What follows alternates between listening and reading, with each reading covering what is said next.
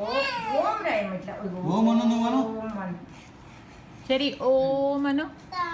నువ్వే రాసుకో ఓం అను. ఓం ఓం అంటారే.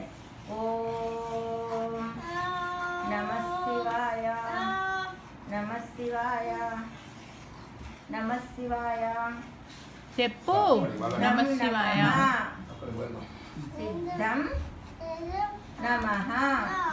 అది ఓం నమ శివాయ సిద్ధం నమః. ఓం నమ శివాయ. ఇక్కడ ఇక్కడ మంచిగా ఓం నువ్వే రా.